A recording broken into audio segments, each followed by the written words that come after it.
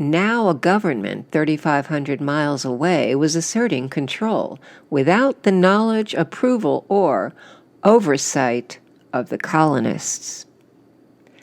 Eating out their substance, ever-expanding and intrusive presence of tax collectors and the Declaration of Independence. Guest essayist Scot Faulkner.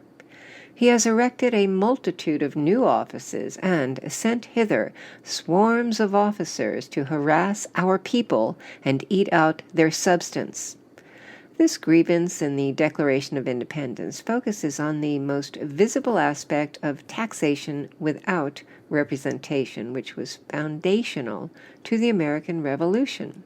England was deep in debt after prevailing in the first worldwide war of the modern era, the 7 Years' War, 1756 through 1763, engaged all European countries, big and small, in a struggle for territorial and political dominance of the European continent.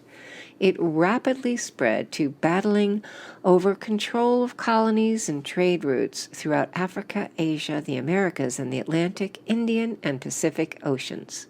What was known as the French and Indian War in North America was just a small part of this larger world war. After the British victory, British Prime Minister Lord Grenville, 1763 to 1765, desperately sought ways to pay off the crippling war debt.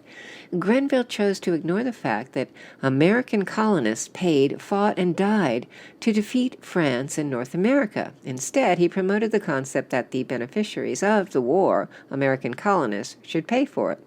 He also asserted that American colonists should pay for retaining 20 battalions of British soldiers that remained to pacify the people conquered in the former French territories. Grenville's first step was to enforce existing customs duties.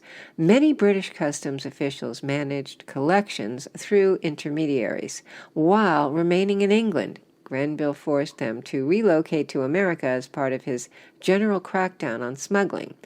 Lax enforcement and spotty revenue collection. Expanded numbers of customs officers became more aggressive in using search warrants called writs of assistance to track down smuggled goods. Warehouses were seized and ships were captured to bolster royal revenue collection. Royal customs officials became a permanent and pervasive presence in colonial seaports along the Atlantic coast. Benjamin Franklin cautioned that what England gained from taxes would be lost in trade. A post-war economic recession proved him prophetic. The shortfall in customs revenue led to the Stamp Act of 1765, the first internal tax levied directly on American colonists by the British Parliament. Prior to the Stamp Act, taxes were only levied by local government through their elected officials. Now a government 3,500 miles away was asserting control without the knowledge, approval, or oversight of the colonists. The Stamp Act imposed a tax on all paper documents in the colonies. This included legal documents, playing cards, newspapers, and land titles. Stamps had to be purchased with British sterling rather than local paper currency, causing additional economic hardship. Proof of payment required affixing a royal stamp on documents, thus the name. The February 1765 Parliament debate on the stamp tax reveals the growing chasm between King George III and his proponents versus the American colonists. Prime Minister Grenville. And now will these Americans, children planted by our care, nourished up by our indulgence, until they are grown to a degree of strength and opulence and protected by our arms, will they grudge to contribute their might to relieve us from heavy weight of the burden which we lie under?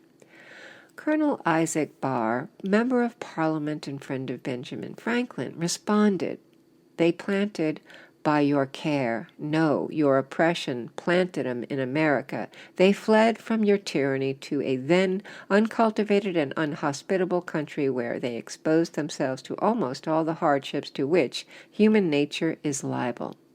They nourished by your indulgence. They grew by your neglect of them. As soon as you began to care about them, that care was exercised in sending persons to rule over them in one department and another, who were perhaps the deputies of deputies, to some member of this house sent to spy out their liberty, to misrepresent their actions, and to prey upon them, men whose behavior on many occasions has caused the blood of those sons of liberty to recoil within them. They, protected by your arms, they have nobly taken up arms in your defense, have exerted a valor amidst their constant and laborious industry for the defense of a country whose frontier, while drenched in blood, its interior parts have yielded all its little savings to your emolument.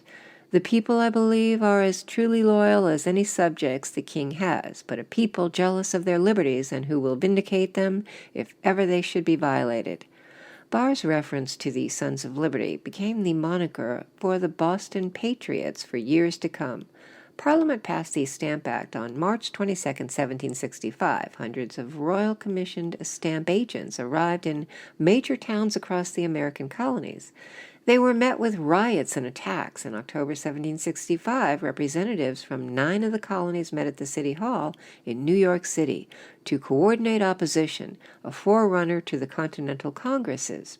In the face of mounting opposition and concerns for the safety of royal tax officials, the Parliament repealed the Stamp Act on February 22, 1766. While seeming to address colonial concerns, Parliament linked repealing the Stamp Act to the passage of the Declaratory Act. This act affirmed Parliament's authority to pass any colonial legislation it saw fit, without input, notice, or representation. The Declaratory Act galvanized colonial concerns about taxation without representation, first raised with the Stamp Act. Charles Townshend, August 1766 through September of 1767, became Prime Minister and developed additional imperatives for taxing the colonies. It was no longer just about paying war debt. It was about consolidating imperial power, raising taxes, and trade-based duties and fees would provide enough money for the British Crown to reimagine colonial administration by directly paying colonial governors, judges, and other senior officials. American-based officials would now owe their livelihood directly to King George III instead of the colonists and colonial assemblies. By liberating royal officials from their financial dependence on American legislatures, Townshend hoped to eliminate the most tangible obstacle preventing regular enforcement of parliamentary laws and royal directives. Higher revenue from the American colonies was also to provide enough funds for Townshend to reduce the British land tax, consolidating his party's support in future elections. The Townshend Acts created new taxes on numerous consumer goods. The acts authorized and funded the hiring of the much-referenced multitude of new offices and sent hither swarms of officers to harass our people and eat out their substance. Legions of royal tax collectors and customs officers arrived from England to establish new or expanded operations in every major colonial trading center. Townshend died before his initiatives swept through the colonies. Widespread opposition and protest led to the repeal of most taxes in April 1770. The controversial tax on tea remained. The tea tax and the swarms of officers remain daily reminders of oppression by unaccountable royal officials. Arthur Lee, serving as an observer for Massachusetts before the British Parliament, mused whether any member of Parliament actually know us or we him. No. Is he bound in duty and interest to preserve our liberty and property? No. Is he acquainted with our circumstances, situation, wants, etc.? No. What then are we to expect from him? Nothing but taxes without end. The ever-expanding and intrusive presence of tax collectors and customs officers merited several mentions in the petition to the king as part of the documents issued by the First Continental Congress in 1774 and became one of the grievances within the Declaration of Independence in 1776. Scot Faulkner is Vice President of the George Washington Institute of Living Ethics at Shepherd University. He was the Chief Administrative Officer of the U.S. House of Representatives. Earlier, he served on the White House staff. Faulkner provides political commentary for ABC News Australia, Newsmax, and Citizen Oversight. He earned a master's in public administration from American University and a BA in government and history from Lawrence University, with studies in comparative government at the London School of Economics and Georgetown University.